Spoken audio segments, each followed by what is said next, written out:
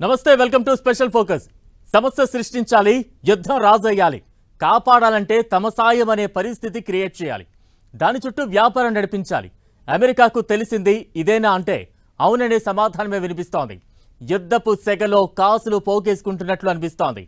పశ్చిమాసియా యుద్ధంతో ప్రపంచవ్యాప్తంగా tension create అవుతున్న వేళ మిడిల్ ఈస్ట్ దేశాలతో భారీ ఆయుధ డీల్కు గ్రీన్ సిగ్నల్ ఇచ్చింది. ఇంతకీ ఏ దేశానికి ఎలాంటి ఆయుధాలు సరఫరా చేయబోతోంది? ఒప్పందంలో ఏముంది? ఇరాన్తో ఉద్రిక్తతలు కీలక పరిణామం. పశ్చిమాసియా దేశాలతో వెపన్ డీల్. $9 బిలియన్ భారీ ఒప్పందం. ఏ దేశానికి ఎలాంటి ఆయుధాలు సప్లై చేస్తుంది? ఓవైపు యుద్ధం, మరోవైపు వ్యాపారమేంటి?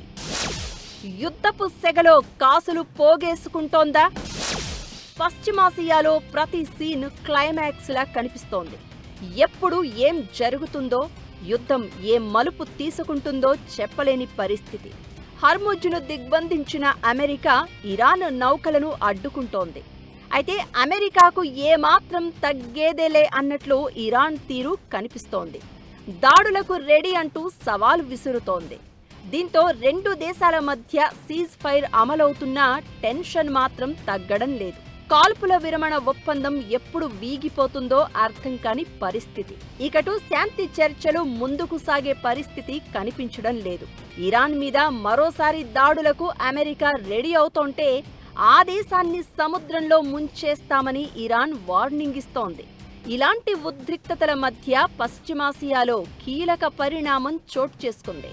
ఇజ్రాయెల్ సహా పలు మిత్ర దేశాలకు ఆయుధాలు విక్రయించేందుకు అమెరికా ఓవైపు కాల్పుల విరమణ ఒప్పందం అమలవుతూ ఉండగానే అమెరికా ఇలాంటి డీల్ కుదుర్చుకోవడం ఇప్పుడు హాట్ టాపిక్ గా మారింది. ఇజ్రాయెల్తో పాటు కువైట్, ఖతార్, యుఏఈ లాంటి మిత్ర దేశాలకు దాదాపు $9 బిలియన్ పైగా, అంటే మన కరెన్సీలో దాదాపు 85,000 కోట్లకు పైగా విలువైన సైనిక ఆయుధాలను విక్రయించేందుకు అమెరికా విదేశాంగ శాఖ ఆమోదం తెలిపింది. ఈ ప్యాకేజీలో అనేక అధునాతన సైనిక పరికరాలు ఉన్నట్లు తెలుస్తోంది. అమెరికా విదేశాంగ మంత్రి మార్కో రూబియో ఈ ఆయుధ సరఫరాలను ఆమోదించారు. ఇరాన్తో యుద్ధ విరమణ బలహీనంగా మారుతోంది.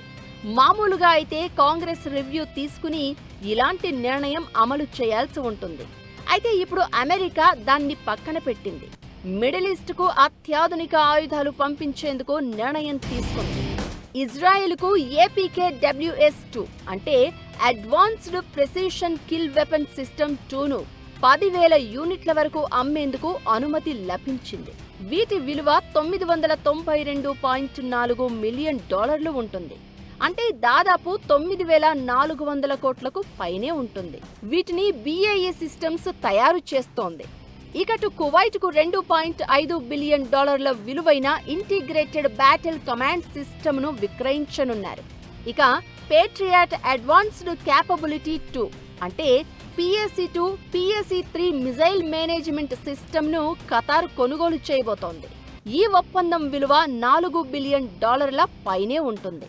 వీటితో పాటు ఖతార్ 10,000 APKWS-2 యూనిట్లు అందుకోబోతోంది. వీటి విలువ $992.4 మిలియన్ ఉంటుంది. ఇక యుఏఈకి $147.6 మిలియన్ విలువైన APKWS తో పాటు సంబంధిత పరికరాలను విక్రయించనుంది అమెరికా.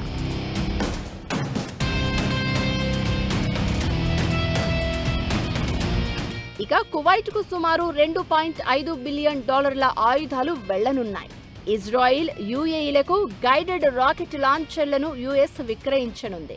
సాధారణంగా ఆయుధ విక్రయాలను అమెరికా కాంగ్రెస్ రివ్యూ చేస్తూ ఉంటుంది. అయితే ట్రంప్ యంత్రాంగం అత్యవసర అధికారాలను ఉపయోగించి త్వరగా ఈ విక్రయాలు జరపాలని నిర్ణయించింది. ఈ చర్యను US విదేశాంగ మంత్రి మార్కో రూబియో సమర్థించుకున్నారు. గత మార్చిలోనూ మిడిల్ ఈస్ట్ దేశాలకు త్వరితగతిన ఆయుధాల విక్రయాలకు సంబంధించి రూబియో ఆమోదించారు. అయితే ఇప్పుడు ఉన్నట్లుండి ఆయుధాలు విక్రయించాలన్న అమెరికా ఆలోచన ప్రపంచవ్యాప్తంగా ఆసక్తి రేపుతోంది. ఓవైపు బలహీనమవుతున్న శాంతి చర్చలు, మరోవైపు ఇరాన్పై మళ్లీ దాడులకు సిద్ధమవుతున్న ట్రంప్. పశ్చిమాసియా మరో బీభత్సానికి కేంద్రం కాబోతోందా అందుకే మిత్ర దేశాలకు ఇంత త్వరగా ఆయుధాలను అమెరికా అందిస్తుందా అనే చర్చ జరుగుతోంది.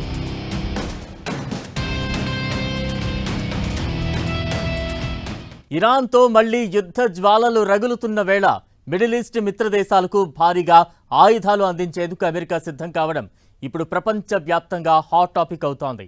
అమెరికా నిర్ణయం వెనుక అసలు కారణమేంటి? ఇప్పటికిప్పుడు ఇంత హడావిడిగా చేయాల్సిన అవసరం ఏముంది?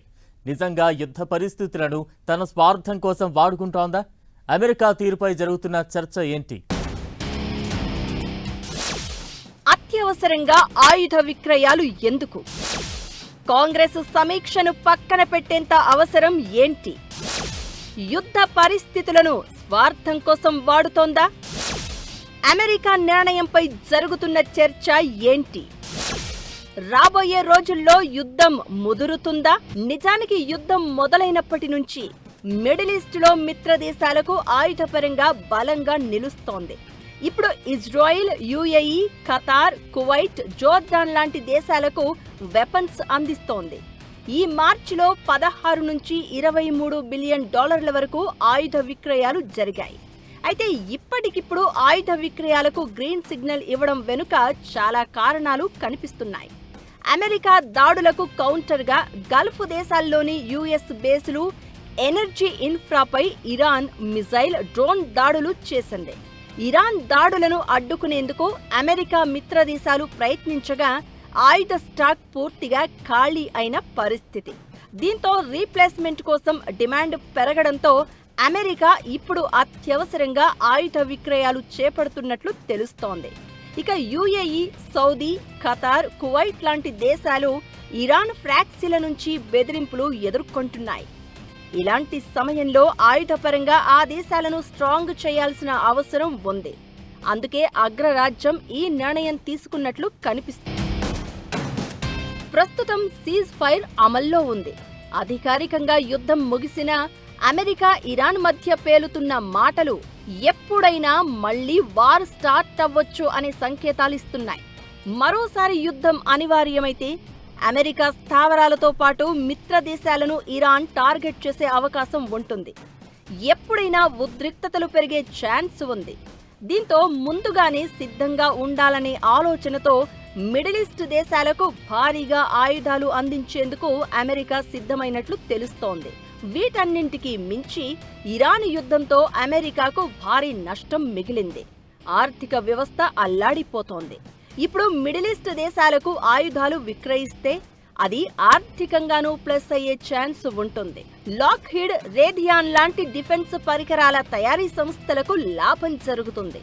వీటన్నింటికీ మించి మిత్ర దేశాలు తమపై ఆధారపడడం పెరుగుతుందన్నది ట్రంప్ వ్యూహంగా కనిపిస్తోంది. మిత్ర దేశాలను స్ట్రాంగ్ చేసి ఇరాన్ను వీక్ చేయాలన్నది కూడా అమెరికా వ్యూహంగా కనిపిస్తోంది. కాంగ్రెస్ సమీక్షను పక్కన పెట్టి అత్యవసరంగా ఆయుధాలు విక్రయిస్తోంది కూడా అందుకే. పశ్చిమాసియాలో ఉద్రిక్తతలు ఇప్పట్లో తగ్గే పరిస్థితులు కనిపించడం లేదు. దీంతో ప్రిపేర్డ్గా ఉండాలనే అమెరికా ఈ నిర్ణయం తీసుకున్నట్లు తెలుస్తోంది. యుద్ధం పరిస్థితులను వ్యాపారపరంగా అనుకూలంగా మార్చుకుంటుందనే చర్చ కూడా జరుగుతోంది. నిజానికి ప్రపంచ ఆయుధ వ్యాపారం అనేది ఆధునిక జియో పాలిటిక్స్లో ఒక శక్తివంతమైన ఆయుధంగా నిలిచింది. అంతర్జాతీయ సంబంధాలకు, వ్యూహాత్మక దౌత్యానికి కూడా ఈ ఆయుధ వ్యాపారం అనేది కీలకంగా మారింది. తన ఆధిపత్యాన్ని నిలుపుకోవడం కోసం అంతర్జాతీయంగా డాలర్ ప్రాధాన్యతను తగ్గకుండా ఉంచేందుకు అమెరికా వ్యూహాత్మకంగా వ్యవహరిస్తూ ఉంటుంది.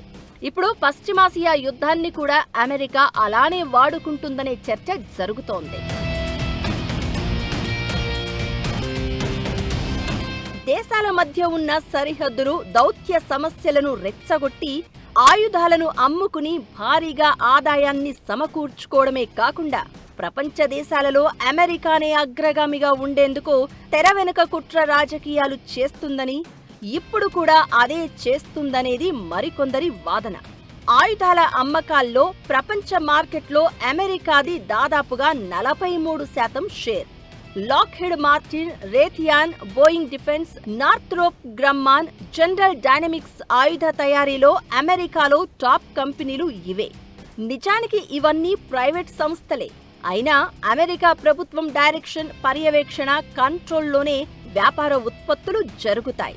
అన్ని దేశాలు తమ సొంత ఆయుధాలు, సైనిక సాంకేతికతలను తయారు చేసుకోలేని పరిస్థితుల్లో ఉన్నాయి.